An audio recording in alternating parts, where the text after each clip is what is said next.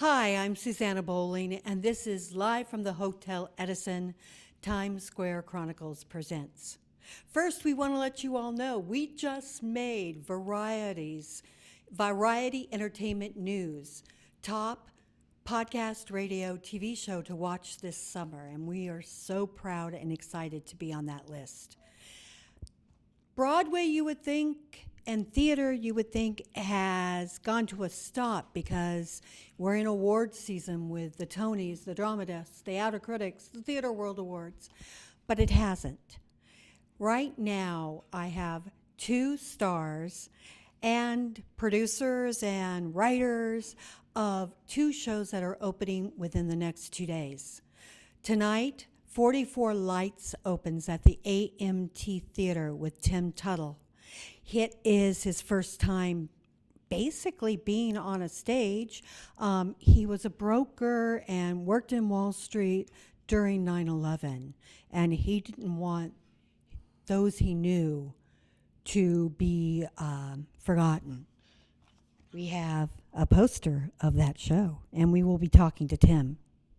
My next guest I have known, I think, for 30 years, which is a long time. Her name is Jana Robbins. She is a Broadway Drama Desk, Outer Critics, Olivier Award, Tony, nominated and winner for both being in shows and producing shows. Tale of the Allergist's Wife. She was the understudy to Linda Lavin. I met her when she was doing Mazeppa with Tyne Daly on Gypsy on Broadway when I worked in a little place called Sam's, and she used to come in, and we've been friends ever since then. Her list is extensive. She won a Tony Award for Company. She was one of the producers on that show, as well as several others. She's about to be in a new show that opens Thursday night called A Final Toast. So let's talk to Tim and Jana. Jana, wow, you're off Broadway at the Chain Theater. How did this ever happen? This is so exciting for me, Susanna, because you were talking about my credits and the things that I'd done. And, I covered China's Mama and went on that. And you mentioned the other show, Tale of the Allergist's Wife. I'm talking about them right now because it relates to my doing this. You know that I've been primarily producing for the last almost 15, 20 years. And most people think of me now as a producer. And you also know that I took care of my mother after my father died. And she was here in New York for, I'd say, 20 years. In the last 7 years of her life, she lived with me until the day she died. And I love producing, absolutely I do. But I miss being on stage. And one day, truly, I said, God, I wish somebody would just call me and offer me a play. And 48 hours later, somebody called me and offered me a play. I think it was my mom. I think my mom called. And the amazing thing about this play is I was also the lead producer, as you know, of Fiddler on the Roof in Yiddish, directed by Joel Grey. That was the Drama Desk Award. This show brings all of it. The character I am playing is a Balabusta Jewish mother, so much like, because I also covered Linda Lavin in Tale of the Allergist's Wife. It is very much like Tale of the Allergist's Wife. It is a woman very much like Mama Rose, and there is a theme through it that has to do with identity, anti-Semitism, aging, and the thing that's, and it's comedy. It's very moving, but it's a comedy. And so I get to do it all in a funny, funny way. But in this play, I'm not my mother's daughter. I am my mother in the play. And this play offers me an experience of a lifetime. It's to re-experience my mother's death from her eyes. And it's cathartic. And I'm thrilled.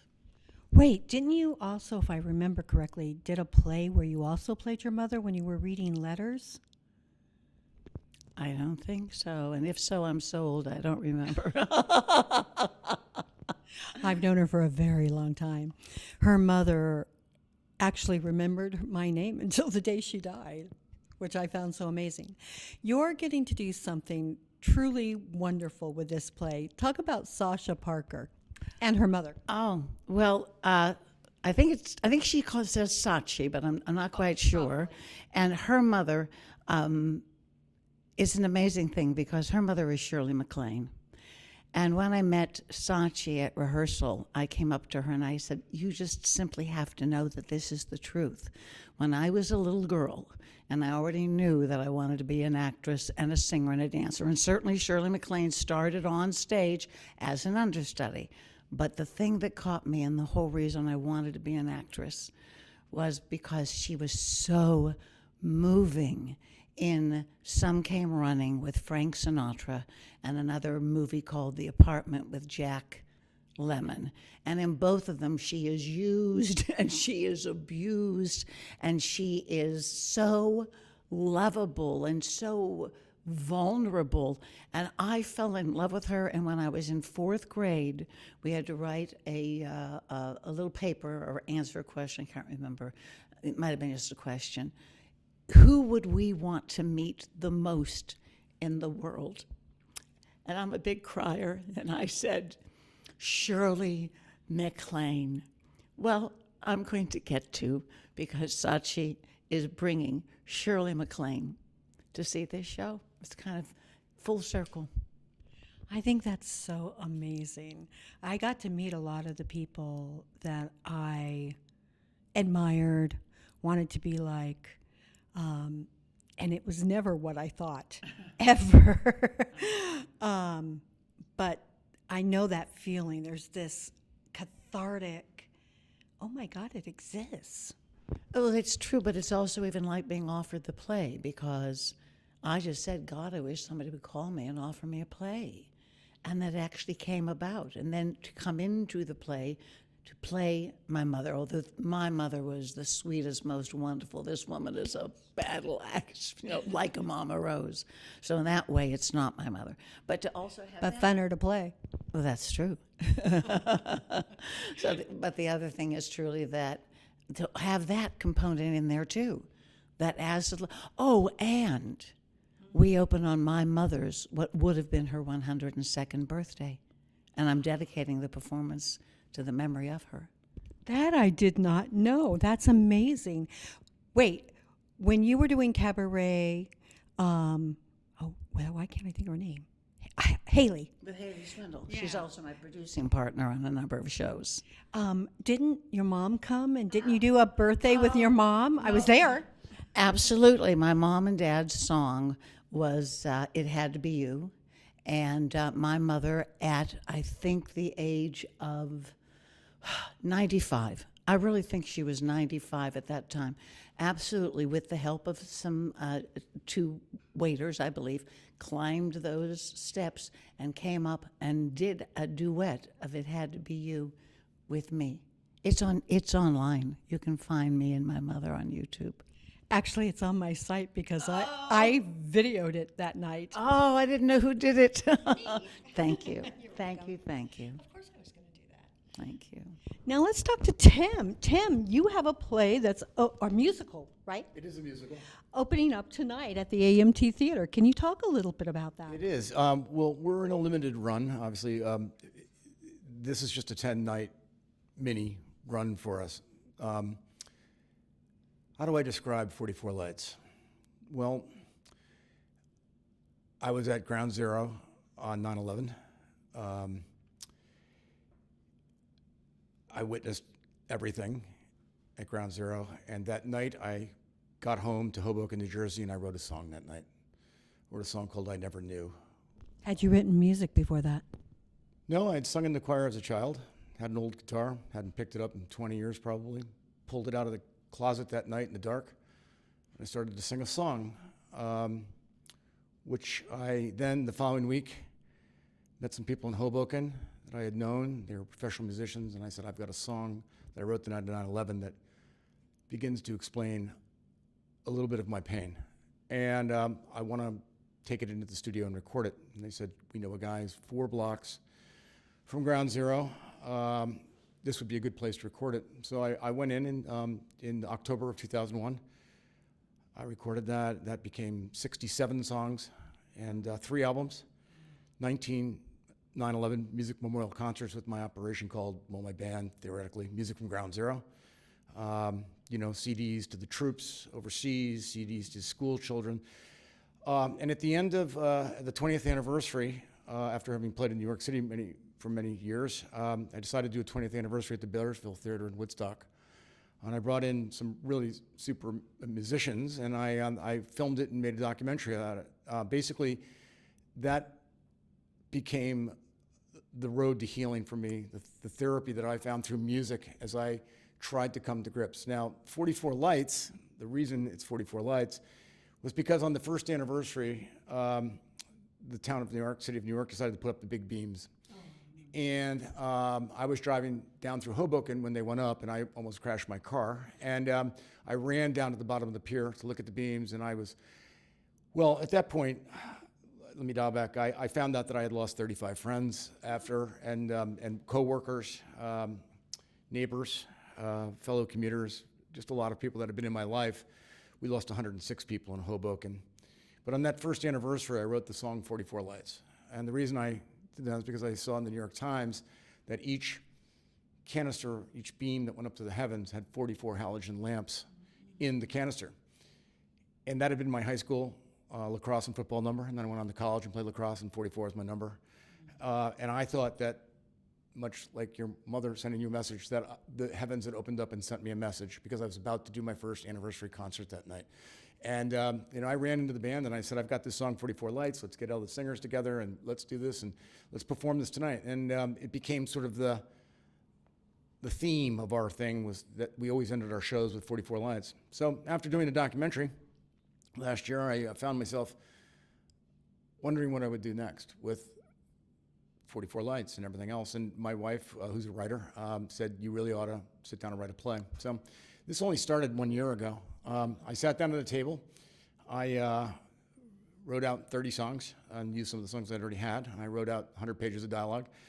I brought in a musical arranger and a musical director, and we shaped it down, and I brought in a director, and I said, we did a few readings over the summer and into the fall, and a couple of guys came up to me afterwards and said, we really like what you're doing for New York with this, and we'd like to see this in a small run. So for people that want to see 44 Lights for any reason, there's 2 things that are going on here that I think might be interesting to a viewer. Number one is if you have really no story of Ground Zero on September 11th and human lives, and I'm basing all my characters on composites of real friends of mine that didn't come home, and you love music, because the songs are really quite beautiful, there's an opportunity to see something that's never been done before.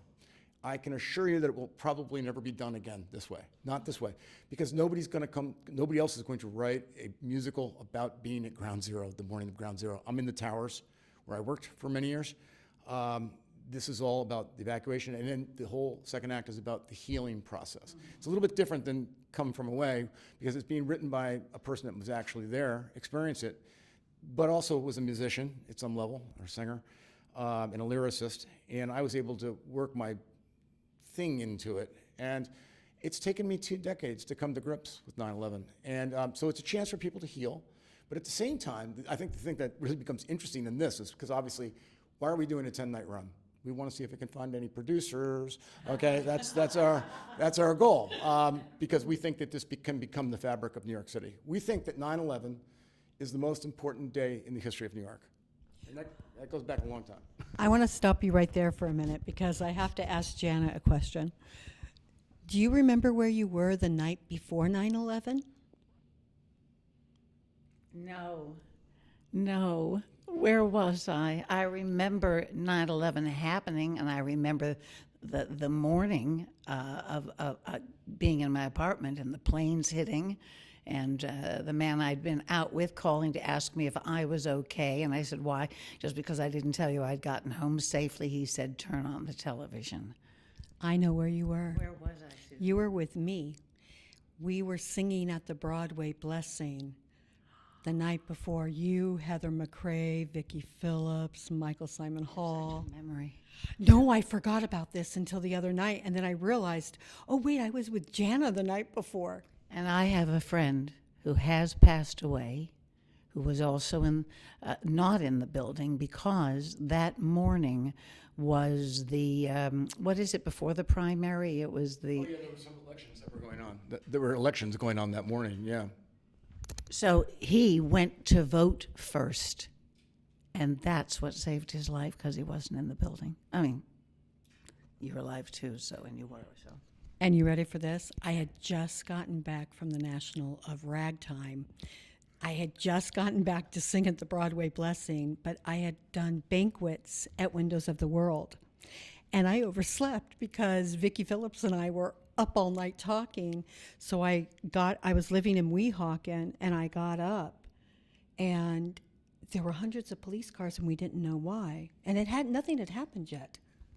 Odd, yeah, And the next thing I knew, somebody told me a plane had hit, and I walked up the hill where I could see the towers, and I saw the second one hit. And then I ran back to tell Vicki, and Vicki and I, all we cared about was getting to be with our friends. We wanted back in New York, and we couldn't get in.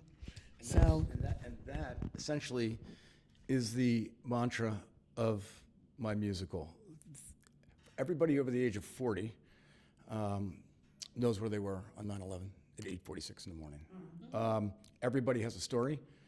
Most people, New Yorkers, have a story of someone that survived by a miracle or luck, or probably knows somebody of 6 degrees of separation, somebody that didn't. Angels. And a lot of angels. And so the theme of what I've been doing is a few things. Number one, that life is short. Live your life, pursue your dreams, enjoy it. And live as if maybe if you do really good things and positive things and think in terms of I can help, and that maybe your mother's watching you or maybe your friend is watching you.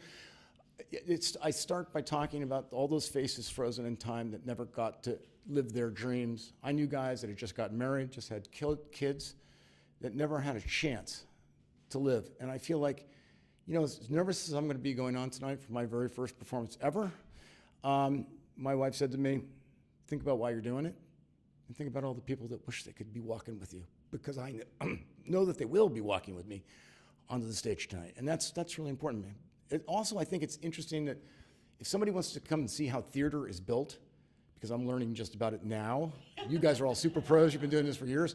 This is the level after doing a reading where you stick it on the stage and you go, I really hope we make it, But it's going to be fascinating for people to come and see it. And it just, it's obviously not an expensive ticket or anything like that. In fact, if you don't have any money, just come and stand. I'll give you a ticket outside, okay? Because I think it's a situation that if you're interested in the process, with all these young kids I've got from the neighborhood playhouse and some of the kids from Win Hanman's group, for some of the older people. Well, How do you know Win Hamlin?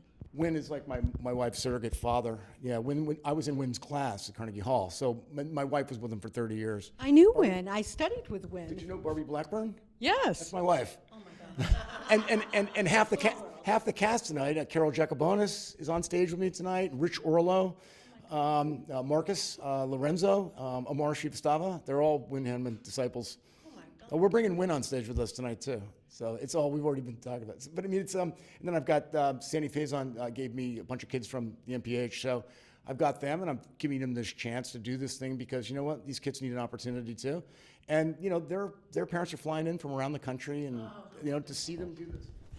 This is something.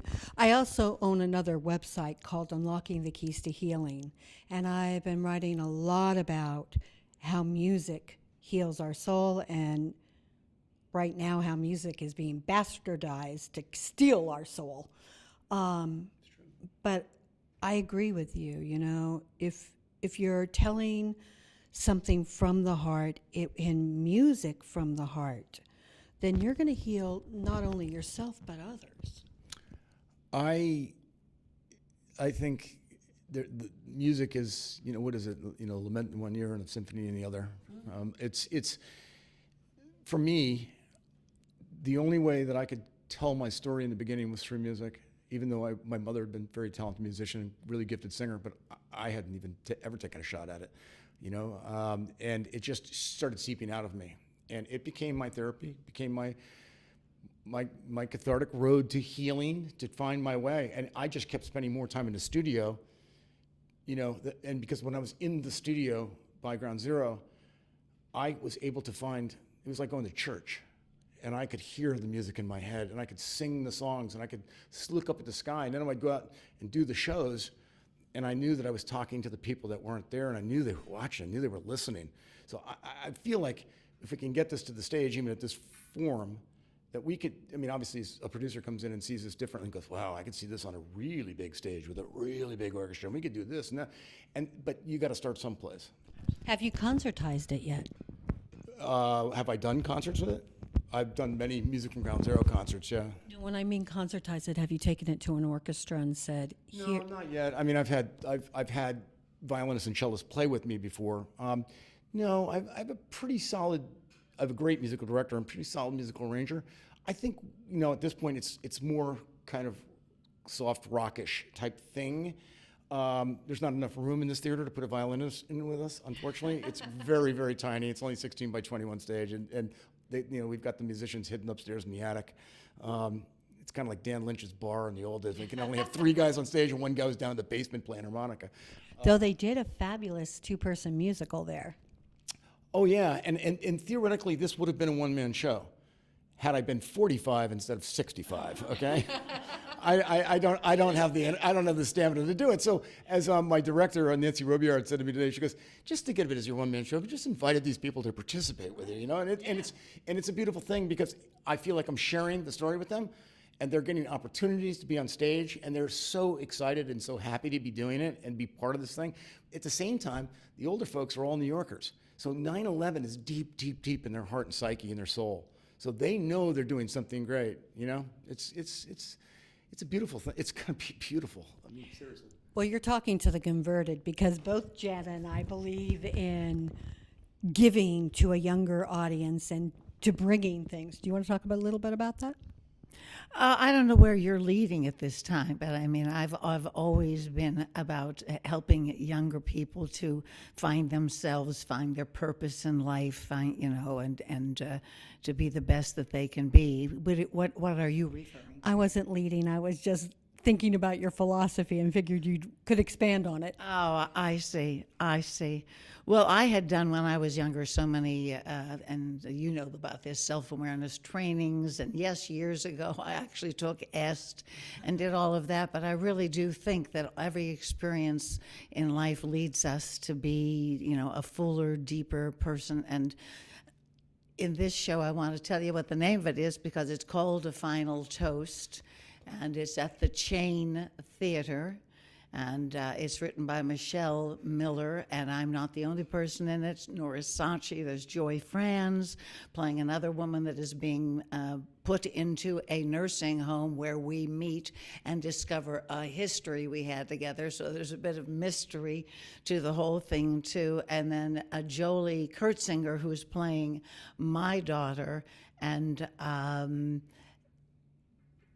It's just a cathartic experience, the whole show, and I think anybody that comes the same as yours. It's interesting that we're being guests here because both shows are something everybody I know is going through the experience that I just went through of losing a parent, of having to make a decision.